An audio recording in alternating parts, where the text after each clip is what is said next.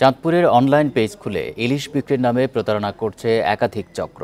ক্রেতারা বিকাশ বা নগদে টাকা পাঠানোর পর পাচ্ছেন না ইলিশ।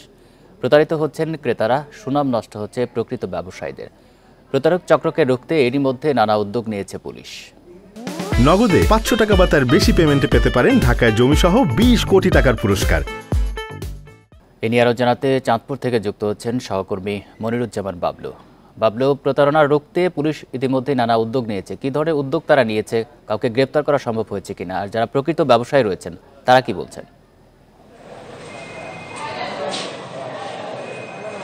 যারা প্রকৃত ব্যবসায়ী রয়েছেন চাঁদপুর মাছঘাটে, তারা বলছেন যে তারা ইতিমধ্যে কিন্তু প্রশাসনকে সঙ্গে নিয়ে এবং মৎস্যবাণী সমিতিকে সঙ্গে নিয়ে তারা একটি তালিকা তৈরি করেছেন।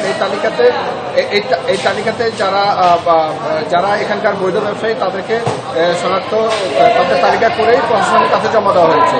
এই জমা দেওয়ার কারণে পুলিশ প্রশাসন থেকে যে 40 থেকে 45 জন বৈধ অনলাইন ব্যবসায়ী রয়েছেন এই চাঁদপুর মাছঘাটের, তাদের বাহিরে যাদের কাছ থেকে ইলিশ মাছ ক্রয় করা হবে সেটাই প্রতারিত হবে। ইতিমধ্যে পুলিশ প্রশাসনের কাছে অনেকগুলো অভিযোগ জমা হয়েছে। এই অভিযোগগুলোর প্রেক্ষিতে কিন্তু তদন্ত কাজ শুরু করেছে পুলিশ প্রশাসন। এর বেশিরভাগই চাঁদপুর এলাকার নয়, প্রতারক যারা রয়েছেন তারা বেশিরভাগই পশ্চিমবঙ্গ এবং উত্তরবঙ্গের বলে জানিয়েছেন পুলিশ প্রশাসন। ইতিমধ্যে পুলিশ কিন্তু কয়েকটি নাম্বার শনাক্ত করেছেন যারা ভুয়া অনলাইন পেজ খুলে ইলিশ বিক্রি করছেন। তাদের বিষয়ে শীঘ্রই অভিযান পরিচালনা করবেন।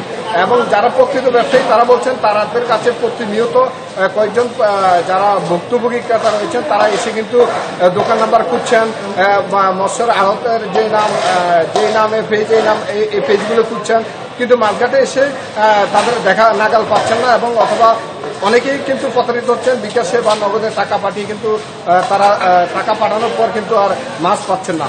কিন্তু এখানে যারা প্রকৃত ব্যবসায়ী রয়েছেন তাদের দাবি হলো তারা প্রকৃতভাবে তারা আগে ইলিশ মাছ কুরিয়ারে পাঠান, তারপর কুরিয়ারে সেখানে টাকা জমা দেওয়ার পর মাছ পান। অর্থাৎ ক্রেতা আগে মাছ হাতে পাবেন, তারপর টাকা দিবেন। এটা হলো চাঁদপুর মাছঘাটের প্রকৃত ব্যবসায়ীদের কথা।